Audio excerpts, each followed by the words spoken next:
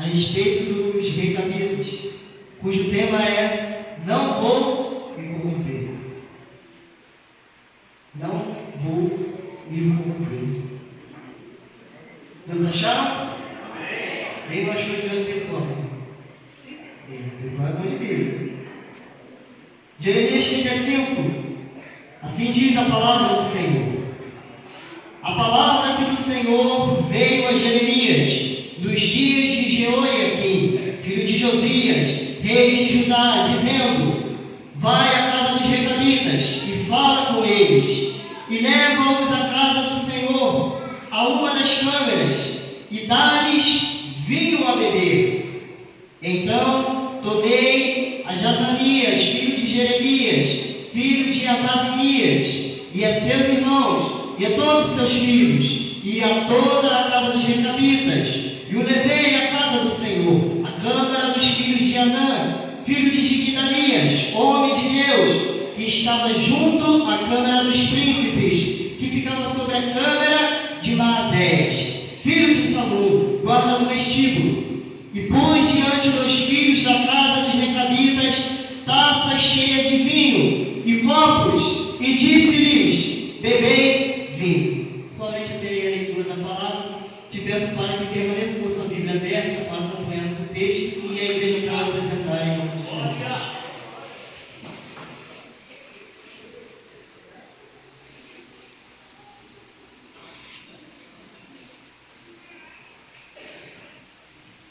Esse texto ele fala de um grupo de pessoas. Um grupo de pessoas chamado, conhecido na palavra como os recabitas. Mas se nós queremos entender a história desse povo, precisamos primeiro retroceder na história do povo de Deus, na história do povo de Israel. E eu volto com a igreja para relembrarmos de quando o reino de Deus ele se dividiu em dois. Conforme os irmãos conhecem a história, Salomão, filho de Davi, era aquele que reinava. Porém, logo após a sua morte, o reino se dividiu em dois. Uma parte foi para um lado e outra parte foi para outro lado. E após o reino ser dividido em dois, ficaram ali duas nações, dois povos, com dois entendimentos diferentes, dois modos de viver diferentes, duas teologias diferentes, dois pensamentos diferentes. De um lado, temos o reino do norte, que ficou com a maioria das tribos. O reino do norte, eles eram aquele reino que vivia numa decadência moral e espiritual cada dia pior. Era um povo que não obedecia os mandamentos do Senhor. Era um povo que ficou debaixo do domínio de Jeroboão, que se rebelou contra a autoridade que estava sobre ele. E o povo seguiu a rebelião. E quando eles decidiram seguir a rebelião, ali eles começaram a descer ladeira abaixo, numa decadência moral e espiritual, a cada dia pior. O povo descia e descia. Não havia arrependimento, não havia mudança, não havia nenhum quebrantamento, não havia nenhum avivamento espiritual. O povo só descia ladeira abaixo nos seus pecados e nas suas iniquidades. Ladeira abaixo. Mas do outro lado, no lado sul, temos o reino de Judá. E diferentemente do reino de Israel, o reino do norte, que descia ladeira abaixo na sua vida espiritual, o reino do sul, o reino de Judá, vivia em uma gangorra espiritual, onde vivia cima e baixo, altos e baixos da sua vida espiritual com Deus. Você conhece gente assim? Vive numa gangorra espiritual, não se decide, não toma posição, mas uma hora está na igreja, outra hora está fora, uma hora adora a Deus, outra hora se prostra diante das imagens. Enquanto que Israel não teve sequer um rei bom, Judá vivia havia nesse alto e baixo. O rei bom, o rei mau. O rei bom e o rei mau. O rei bom e o rei mau. Tem gente que é assim. Vive de altos e baixos. Tem gente que é assim e ele não se decide. É 6 meses na igreja, 6 meses se prostrando à imagem. Uma hora está na igreja e adora o Senhor, mas outra hora não quer saber dos caminhos e das instruções que Deus deu. Vive numa gangorra, não se decide, mas fica indeciso diante do Senhor. Mas Deus ele nos chamou para tomarmos uma posição e nos colocarmos como homens e mulheres de Deus que não se negociam e nem se corrompem. E ali estava aquela nação, as duas nações, 2 retratos diferentes. Porém a outra nação, a de Israel, descia a ladeira abaixo, descia cada vez mais e cada vez pior.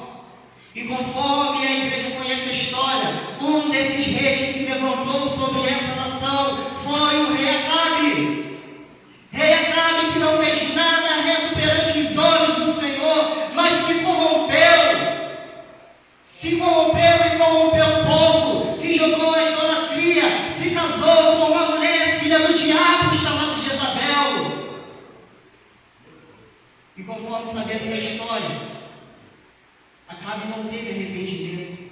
Acabe não mudou a sua história, mas fez aquilo que era mal diante dos olhos do Senhor, fez aquilo que era mal perante aquilo que Deus havia lhe ordenado. Mas então, o reinado de Acabe acabou. Deus ele levantou seus profetas, levantou Elias para pregar contra os pecados de Israel, levantou Eliseu para profetizar e para pregar contra a iniquidade daquele povo. Porém o povo não quis se converter. E então o general do exército de Acabe, Jeú, Deus o levanta para assim acabar com a dinastia de Acabe sobre aquele reino. E Jeú ele causa uma grande revolução. E nessa revolução ele se junta a um homem chamado Jonadab. E eles então iniciam uma revolução em Israel. Começa a desfazer as imagens, a derrubar os altares de Baal, a restaurar o culto ao Senhor, expulsar os sacerdotes de Baal daquele lugar e tentar restaurar o culto ao Senhor. Entretanto, eles não foram 100% sucedidos na sua missão, porque vestígios do culto a Baal ficaram naquele lugar, de maneira que a nação nunca mais conseguiu adorar a Deus. Porque logo depois, Jeú também se corrompeu e caiu em idolatria. E esse Jonadab, que havia se juntado ao general Jeú, é o Jonadab que decidiu fundar uma tribo. Porque Jeú, que era o general, se corrompeu, a nação tinha voltado para a idolatria. E então Jonadab, olha, pega a sua família, pega os seus, pega os filhos dos seus filhos, e eles vão para o deserto, vão para fora da cidade, vão para outra banda, porque ele olha e pensa, se esse povo não quer adorar ao Senhor, eles querem se prostrar às imagens, não querem se converterem, eles podem fazer tudo isso, porém nós não ficaremos com ele, nós não vamos nos corromper, não iremos nos corromper. Mas você pode pensar, eles poderiam ter ido para ajudar para o reino do sul, mas meu irmão, se você andar com gente que não sabe o que quer, você vai ficar igualzinho. Você não vai saber o que quer. E eles falam, o reino do norte não quer nada com Deus, então não ficaremos com ele. O reino do sul não se decide, então não ficaremos com eles. Você tem que tomar uma decisão. Você tem que se separar daqueles que não querem nada com o Senhor. Mas você também não pode viver ao lado daqueles que não se decidiram na caminhada. Jonadab separou sua família, separou o seu povo, separou os seus. escrito lá em 2 Reis 10:15, quando Jeú pega Jonadab. E Jonadab então começa a sua tribo, começa o seu clã, um pequeno povo, que eles são conhecidos e chamados como recabitas. E aconteceu que 200 anos depois, se levanta em Judá, no reino do sul, o rei Jeoaquim, conforme nós lemos em Jeremias 33. E a essa altura, o reino de Israel já havia sido destruído, porque Deus levantou os seus homens, os seus profetas, para falar para a nação de Israel: se convertam e se arrependam, porque é chegado o juízo. Entretanto, o povo não se arrependeu e não se converteu, e a destruição veio sobre Israel. Judá deveria ter olhado para o exemplo de Israel e ter aprendido com o exemplo daquela nação. Mas, porém, o que foi que os judeus pensaram quando viram a destruição de Israel? Vamos nos converter, vamos nos mudar, porque Deus puniu eles. Vamos nos arrepender, vamos santificar a nossa vida, vamos mudar o nosso caminho. Foi isso que eles pensaram? A resposta é não. Porque dentro de si eles pensaram: perfeito, eram tudo um bando de idólatras. Bem feito, porque eles não adoraram o Senhor. É isso mesmo, você, Deus, tem que punir eles mesmo, porque eles não adoram, eles são um bando de rebeliado, não fazem parte do povo. É isso mesmo, eles têm que ser punidos. Porém, Deus levanta os homens de Deus. Deus levanta Sofonias, Deus levanta Abacuque, Deus levanta Jeremias para virar, para ajudar e falar: Deus puniu Israel, mas agora você, Judá, tem que se arrepender, porque senão o mesmo destino recairá sobre nós. Deus estava falando com o seu povo. Era tempo de se arrepender, era tempo de mudar. Não era tempo de se corromper. E no meio de toda aquela idolatria, no meio de toda aquela perversidade, a nação de Judá estava entregue à idolatria. O povo não adorava a Deus, mas os cultos que aconteciam naquele lugar eram cultos a Baal e a Astarote. E como se isso já não fosse uma ofensa suficiente ao Senhor, a maioria desses cultos acontecia na porta do templo, na porta do lugar de adoração, em outras palavras, na porta da igreja. E Deus levou seus homens para dizer: povo de Deus, se arrependam e se convertam, porque é chegado o juízo do Senhor. E Deus então ele fala com o profeta Jeremias. E ele diz para Jeremias assim: Jeremias, vai até a casa dos recabitas, chama eles, coloca eles no templo, em uma daquelas salas. E Jeremias, você vai colocar taças diante deles, vai encher as taças de vinho e vai dizer para aquele povo assim: ó, bebam esse vinho. Jeremias assim fez. Conforme nós lemos do versículo 1 até o verso 5 de Jeremias 35, o profeta chamou aquele povo, chamou aquele pequena tribo, aquele pequeno clã, e colocou eles dentro do templo. E o profeta então colocou taças diante dele e encheu aquelas taças de vinho e disse para eles: bebam vinho, bebam vinho. Versículo 5. E pus diante dos filhos da casa dos recabitas taças cheias de vinho e copos, e disse-lhes: bebei vinho. Bebei vinho. Porém, aquele povo, eles tinham ordens muito específicas. Aquele pessoal, ele tinha ordens específicas. E essas ordens estão no versículo 6 até o versículo 11, onde eles explicam para o profeta que ordens eram essas. Acompanhe comigo o verso 6.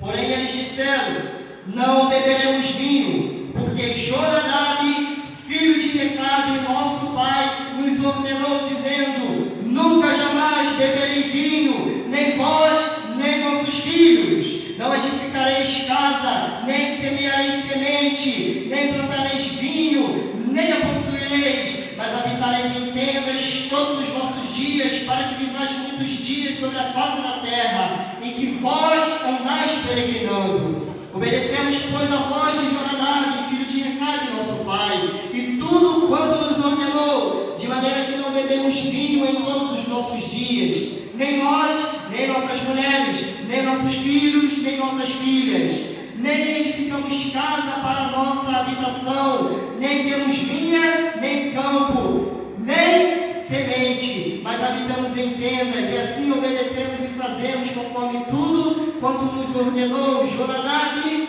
nosso pai. Em outras palavras, o que esse povo está dizendo para o profeta? O que significa isso? O que significa essas ordens? O que eles estavam dizendo para aquele profeta? E eu imagino a cena. Eu não sei se talvez era uma reunião pública ou se era uma reunião privada, mas ali estavam aqueles homens, aquelas pessoas, naquela mesa, diante do profeta, e o profeta coloca taças de vinho diante deles e fala para eles: bebei o vinho. Eles, porém, viram para o profeta e diz, e aqui eu quero conjecturar, dizendo: não beberemos. Não beberemos. Não beberemos, porque nosso pai Jonadab nos deu ordens para que não bebêssemos vinho nenhum dia de nossas vidas. Não podemos beber vinho. Nós também, profeta, não podemos construir casas. Nós também não podemos ter vinhas, plantar vinhas. E aqui eu quero parafrasear a frase desse povo. Porque, pela lei judaica, não era proibido tomar vinho. Não era proibido tomar vinho. Se você pesquisar na tua Bíblia, a todo momento tem gente tomando vinho no Antigo Testamento. Não era proibido ao judeu. Também não era proibido para o judeu construir casa. Não era proibido. Era permitido construir casa. Também não era proibido ter vinha. Não era proibido plantar, produzir a sua própria colheita. Não era proibido. Mas aquele povo, eles tinham ordens específicas.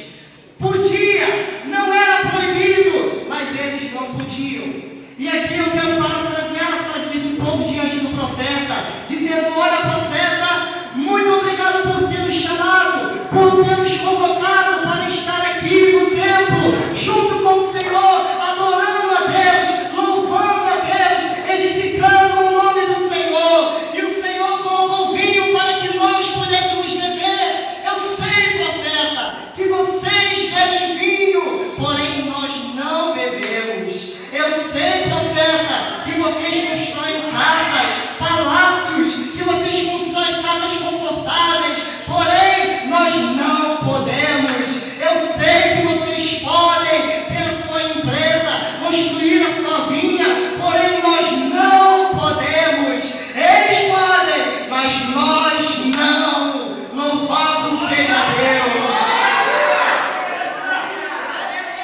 Eles podem, nós não. Eles podem, não era proibido. A lei de Deus não proibia. Mas aquele povo vira para o profeta e diz: profeta, eles podem, nós não. Louvado seja o nome do Senhor.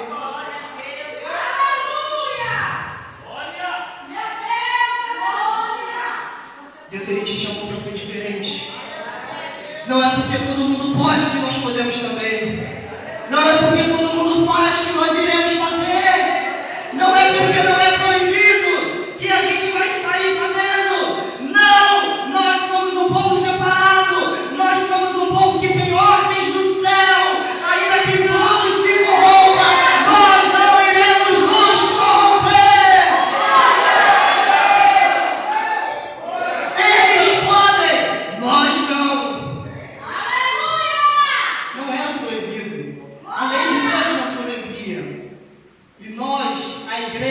Deus, a Assembleia de Deus, casa de oração, não é Maria vai com as outras, ainda que todos façam, nós não, ainda que todos possam, nós não, porque Deus nos deu uma chamada, nós somos separados para a obra do Senhor.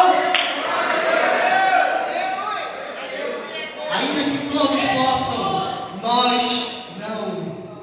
Deus, Ele te chamou, Deus, Ele te separou. Não é porque todo mundo faz que você vai fazer, não é porque todo mundo está indo que você vai também. Você é separado, você é escolhido, você é chamado e capacitado pelo Senhor.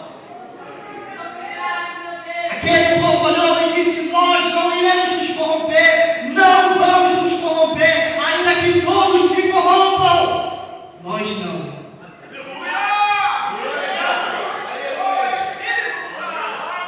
Eu não sei em que meio você está. Eu não sei com quem você tem andado. Eu não sei qual tem sido as suas companhias. Talvez no seu trabalho, na sua escola, em qualquer lugar. Você não pode se corromper. Eles podem, mas você não. Por causa da tua chamada, por causa da obra de Deus na tua vida, por causa daquilo que Ele colocou em tuas mãos, ainda que todos eles possam, nós não podemos. E Deus, Ele tem falado contigo agora o que você pode ou não pode. Basta ouvir a voz do Senhor nessa noite, pois Ele tem falado para você: isso você não pode, isso você não pode. Eu te separei, eu te escolhi, te chamei e te capacitei. Foi para a minha obra, porque eu tenho uma chamada contigo, diz o Senhor. E ali estavam eles diante daqueles profetas, diante do profeta. E diz: nós não beberemos vinho. Em muitos lugares da Bíblia, o vinho ele é comparado à alegria. O vinho representa a alegria. Ele representa a alegria. Porém, aquele não era o tempo de se alegrar. Aquele era o tempo de se arrepender. Era tempo de se prostrar diante do Senhor. Era tempo de quebrantar o coração, de olhar para dentro de nós e falar: Senhor, me muda e me transforma, porque eu preciso da tua graça na minha vida. Não era tempo de comemorar, de fazer festas. E por isso diz: não beberemos vinho. E ele diz também: não construiremos casa. Não construiremos casa. Bom, você já deve ter conhecido aquela pessoa que vive se mudando de um lugar para o outro. Quando a pessoa não tem casa, a pessoa fica mudando de um lugar para o outro, porque é complicado, né? Às vezes o aluguel fica mais caro, né? Ou então arruma abrigo com o proprietário, tem que mudar de casa, né? Para fazer o quê? Aquele povo, ele não tinha uma casa fixa, porque eles não quiseram ficar com Israel, que só descia ladeira abaixo na sua vida espiritual, e não quiseram ficar com Judá, porque eles também não se decidiam o que eles queriam. Eles falavam: quer saber? Vamos para o deserto, vamos morar no deserto, vamos habitar em tendas. E eles então habitavam nas suas tendas. E eles iam lá, montavam sua tenda aqui, ficavam um tempinho ali, depois desmontavam sua tenda, ia para outro lugar.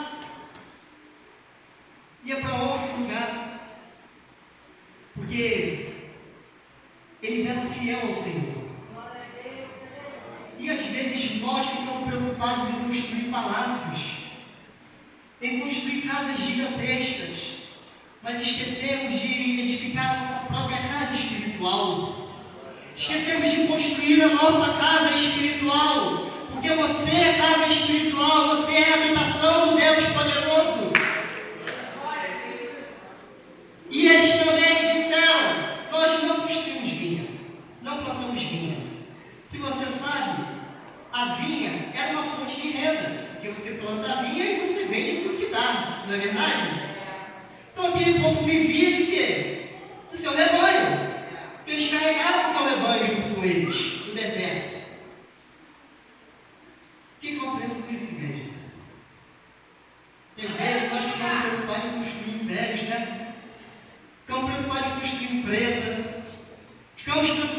bem-sucedido. Ficamos preocupados em ser dono do nosso próprio negócio. Ficamos preocupados em ser bem-sucedido e esquecemos de ser bem-sucedido diante de Deus. Esquecemos que nós somos escolhidos para uma obra e para abrir mão das coisas do mundo. Eles estão dizendo: vocês podem ser bem-sucedidos nessa vida, construir impérios, preocupar-se com a sua vida secular, porém nós não. Estamos preocupados em nos separar do mal e não nos corromper. Às vezes você vai ter que abrir mão de muita coisa. Para a chamada de Deus é necessário abrir mão de muita coisa. E enquanto a gente não entende isso, a gente sofre muito. Porque a gente quer abraçar Deus e o mundo. Mas ou você abraça Deus, ou você abraça o mundo. Ou você vive na dependência de Deus, ou você abandona a chamada. E aquele povo estava lá, dizendo: profeta, eu sei que não é errado, mas nós não podemos. Eu sei que não é errado, mas nós não podemos. Porque se Deus tem uma chamada contigo, muita coisa você tem que abrir mão. Existe muita coisa que todo mundo faz que você não vai poder fazer. Existe muita coisa que a Bíblia nos permite, mas que a gente vai ter que deixar para lá. Porque se Deus ele te chamou, a coisa contigo é diferente. E então, se você reparar no versículo 11, eles começam a se justificar. Versículo 11, repara comigo. Sucedeu, porém, que subindo Nabucodonosor, rei da Babilônia, a esta terra, dissemos: vinde e vamos-nos a Jerusalém por causa do exército dos caldeus e por causa do exército dos sírios. E assim ficamos em Jerusalém. O que estava acontecendo aqui? Por que ele falou isso? Eu vou meio que tentar simplificar. Porque eles disseram assim: profeta, nós não tomamos vinho, nós também não plantamos vinha, e nós também não edificamos casa. Nós, ou seja, não moravam em cidade, mas naquela altura eles estavam morando dentro dos muros de Jerusalém. E aí alguém poderia virar e falar assim: ué, se você não constrói, não vive em cidade, por que você está morando aqui dentro? Se você não vive em cidade, se vocês não moram no meio de nós, por que vocês estão vivendo aqui dentro? Por quê? Então ele diz, versículo 11: porém, quando Nabucodonosor veio para as bandas de cá e começou a andar com o seu exército por fora dos muros de Jerusalém, nós ficamos desprotegidos e então decidimos ir para dentro dos muros. Porque Nabucodonosor estava rodeando o reino de Judá. Nabucodonosor já estava preparando o seu golpe. Nabucodonosor estava se armando militarmente. E o exército de Nabucodonosor marchava furiosamente, com sede de sangue. E se eles permanecessem fora dos muros, eles corriam perigo de perder as suas vidas. Eu não gosto de fazer alegoria, mas quando você está fora do muro, quando você está fora do muro, o inimigo pode te pegar como uma presa fácil. Quando você está fora de Jerusalém, você é um alvo fácil para o exército do inimigo. Mas então estava ali, e ele disse: não podemos construir casa, mas agora estamos dentro dos muros. E aí eu te faço uma pergunta. Aquele povo tinha ordens para não construir casas e viver em casas. Mas eles estavam vivendo em casas. Eles descumpriram uma ordem. Pergunta difícil, né? A ordem era: não habite em casas. Mas eles estavam habitando em casas. Eles estavam habitando em casas. porém habitavam ali por um tipo de força maior. Mas qual é o ensinamento que tiramos disso? Porque eles estavam ali e eles já estavam errados. Porque eles não podiam estar ali dentro dos muros. Então aquele povo ali já estava errado. Mas eles também não podiam ficar do lado de fora, porque senão iriam morrer. Então eles estavam ali, mas já tinham desobedecido uma ordem. E então o profeta vem e coloca a taça de vinho diante deles. E fala: bebam, celebrem conosco, aproveite. E aí algum deles poderia pensar assim: rapaz, já que quebramos uma mesmo, não tem problema quebrar outra. Já que desobedecemos uma, não tem problema desobedecer outra. Já estamos errados mesmo, vai fazer o quê? Mas foi isso que eles fizeram? Não, eles disseram: não bebemos vinho. O que eu aprendo com isso? Não é porque você errou uma vez que isso é motivo para você errar outra. É tempo de se arrepender e não nos corrompermos diante de Deus. Talvez você errou, talvez você pecou, quem sabe, mas não é motivo para se afundar ainda mais. Deus, Ele nos dá a oportunidade de nos arrepender e nos convertermos. Porque ninguém é perfeito. Por que os recabitas seriam? Ninguém é. Pedro não foi. Olha para o apóstolo Pedro. Pedro estava lá, escolhido de Deus, chamado por Deus. E Pedro, ele olha para o Senhor e diz assim: Senhor, ainda que todos te abandonem, eu nunca te abandonarei. Mas o que acontece logo depois?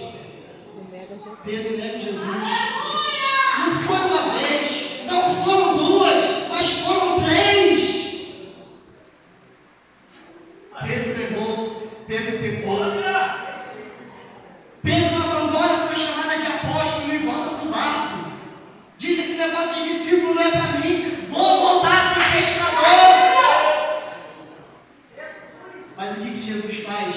Ele vai até Pedro, ele restaura Pedro, ele resgata Pedro e fala: Pedro, você me ama? E Pedro diz: amo, Senhor. Jesus responde: apacenta as minhas ovelhas. Pedro, você me ama? Amo, Senhor. Apacenta as minhas ovelhas.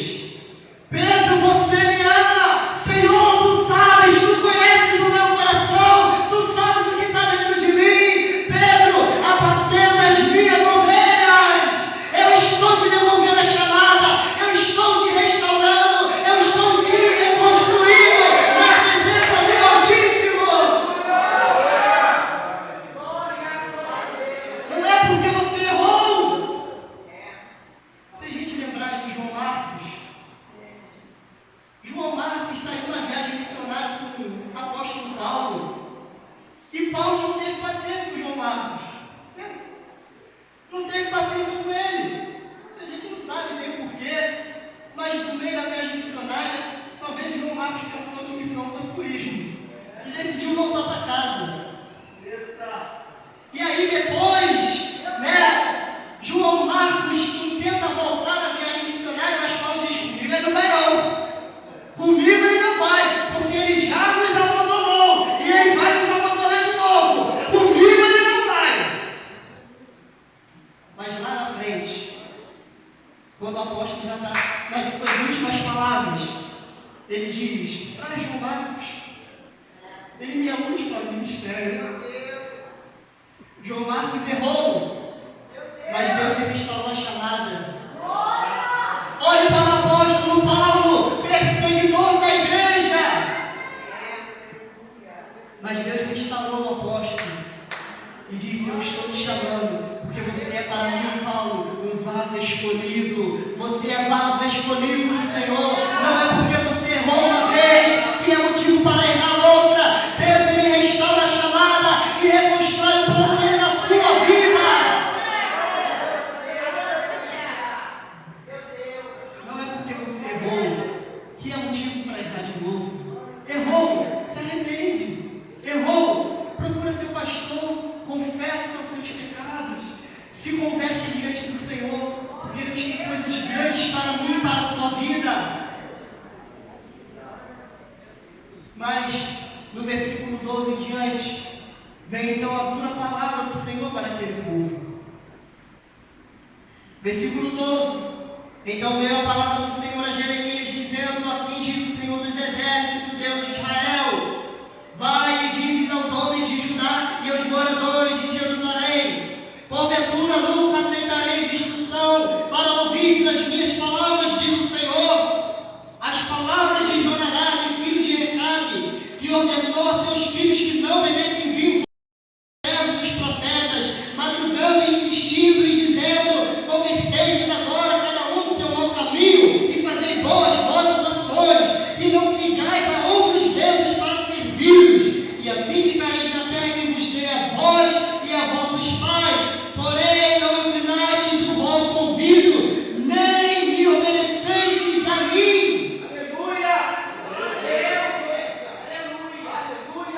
Deus, ele tem queixas contra aquele povo.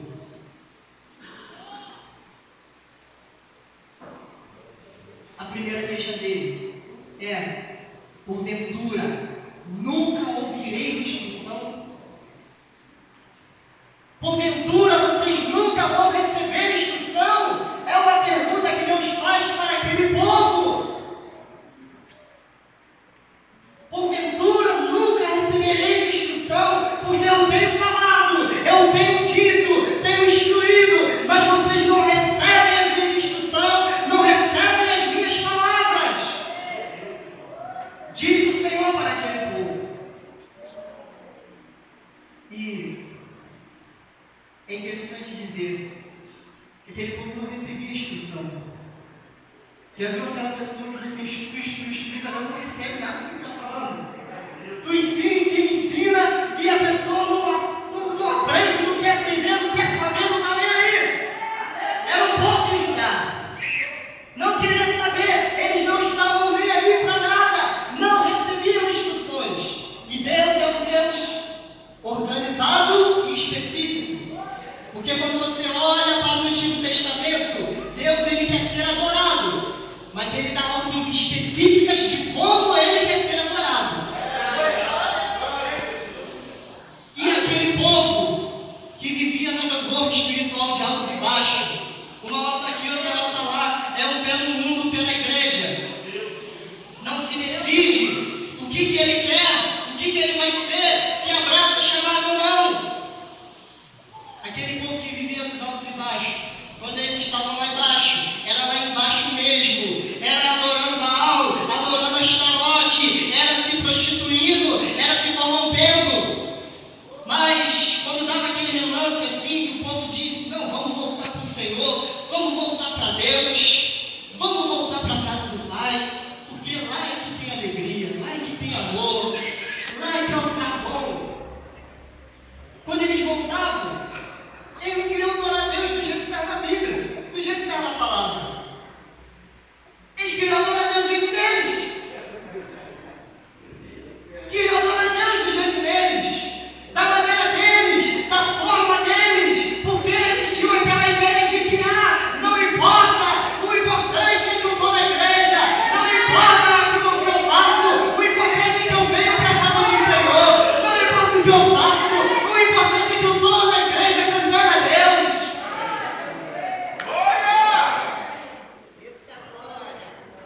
Ali estava a instrução. Deus dizia: eu quero ser adorado desse jeito. E meu irmão, não importa, tem que ser daquele jeito. Deus, ele deu instrução sobre como deve ser adorado, sobre como devemos viver. Porém, o povo não recebia aquela instrução.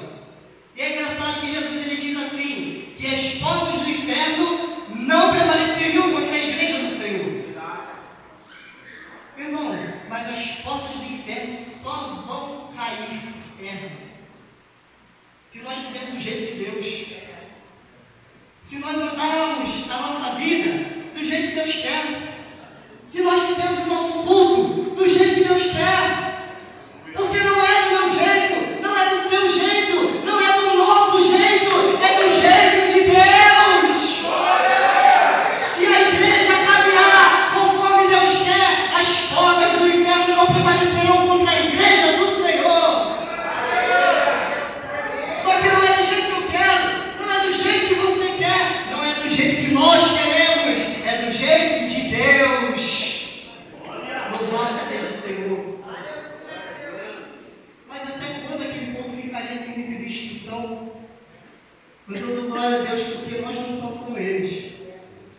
somos um povo que recebe instrução. Nós somos um povo que ouve a palavra. Nós somos um povo que recebe a instrução do Deus Altíssimo.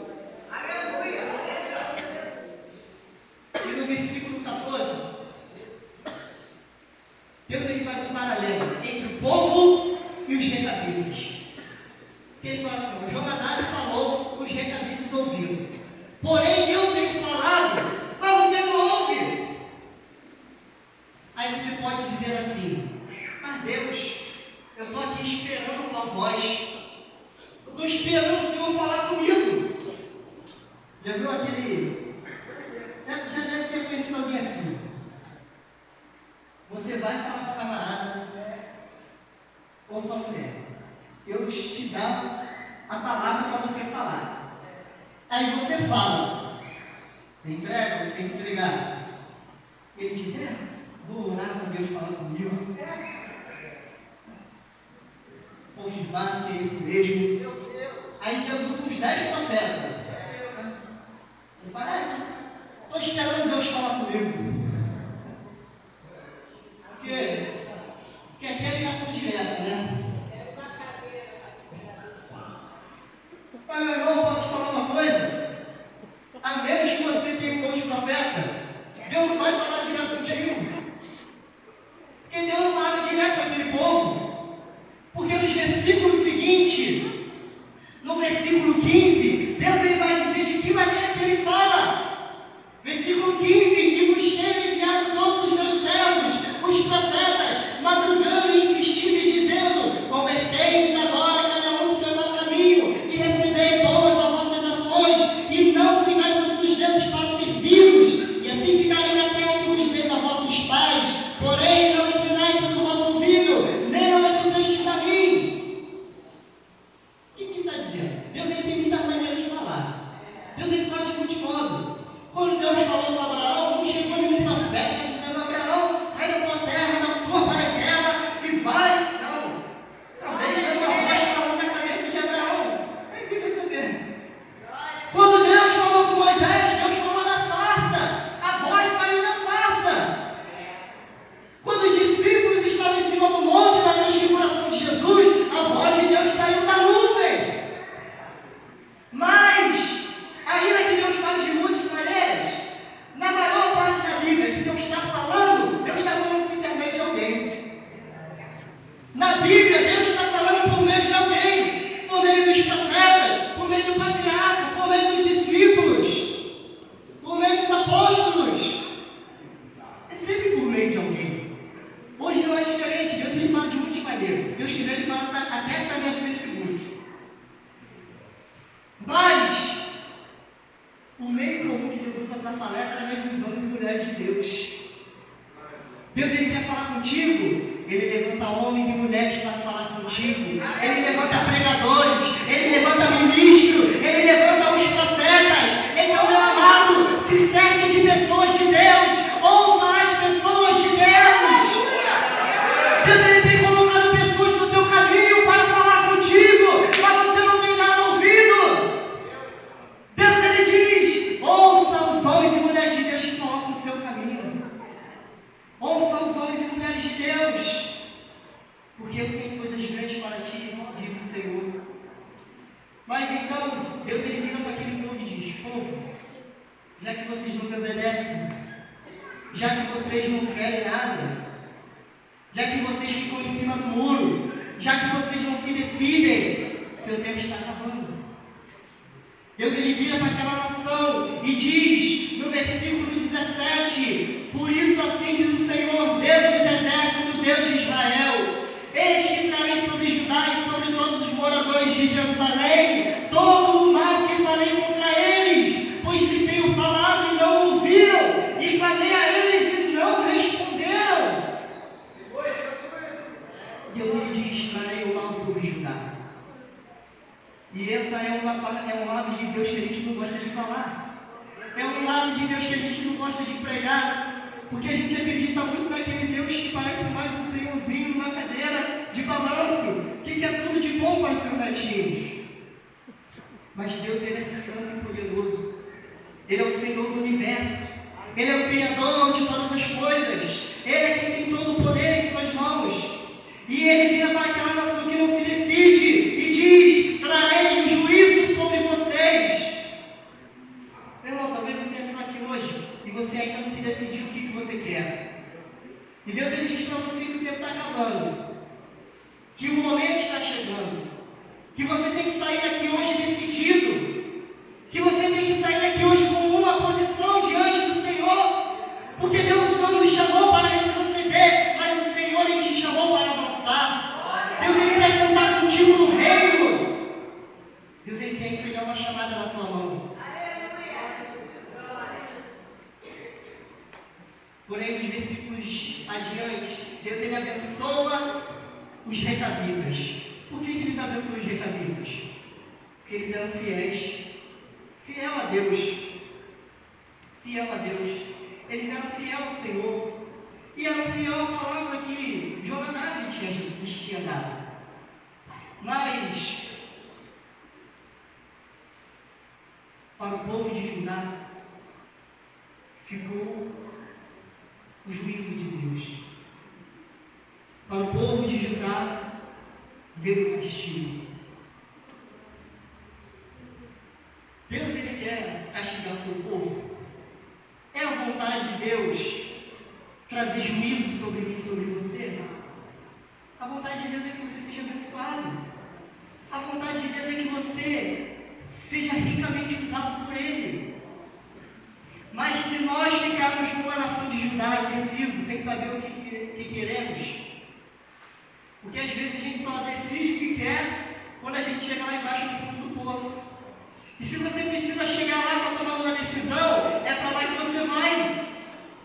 Mas Deus ele nos chama a nos tomar posição diante dele e nos tornar assim como o povo que foi os filhos de Recabe, os filhos de Jonadab, não se corromper no meio de uma nação perversa. Então, ainda que todos se corrompam, nós permaneceremos fiéis ao Senhor. Mas aquele povo, se você quer ser igual a ele, se prepara para ser esquisitão. Quer ser igual a ele, se prepara para ser esquisitão. Porque aquele povo não era um povo que vivia em casas chiques, perfumadas, viviam em tendas. Ele fala: rapaz, isso é coisa do passado, quem vivia em tenda era o pessoal do Egito. Vai viver em tenda por causa de quê? Povo estranho e esquisito. Era um povo que usava vestes simples, porque quem mora no deserto, quem vive no deserto, não tem como ficar se vestindo finamente, elegantemente, super bem. Mas era um povo que tinha vestes esquisitas e vestes estranhas. Meu irmão, se você olhar para mim e achar estranho, é normal. Mas você olha para ele e fala: cara esquisito, né? Se tu achar que a gravata não combina com a camisa, não se importa não. Lembra dos irmãos que usavam paletó bege na calça verde? É esquisito mesmo. Porque Deus nos chamou para ser diferente. Eles eram um povo que não bebiam vinho, ainda que todos bebem, nós não bebemos. Era um povo esquisito. Meu irmão, não se preocupe se acharem você esquisito. Não se preocupe se acharem você estranho. Não se preocupe se te acharem talvez até meio radical demais, não é? Porque aquele povo eles eram radicais. Não se preocupa não, porque hoje prega um evangelho de facilidade. Hoje prega um evangelho que pode tudo, que não tem renúncia, que não tem mudança, não tem libertação, não tem renovo, não tem restauração. Porém nós pregamos o evangelho verdadeiro, o evangelho que cura, salva e ainda liberta. Louvado seja Deus! Nós não vivemos uma graça barata, mas uma graça que veio dada por meio de Jesus Cristo. Deus ele nos chama a ser como esse povo, ainda que possam achar você esquisito, mas permaneça fiel ao Senhor, fiel à palavra de Deus. E assim eu agradeço a minha oportunidade, em nome de Jesus.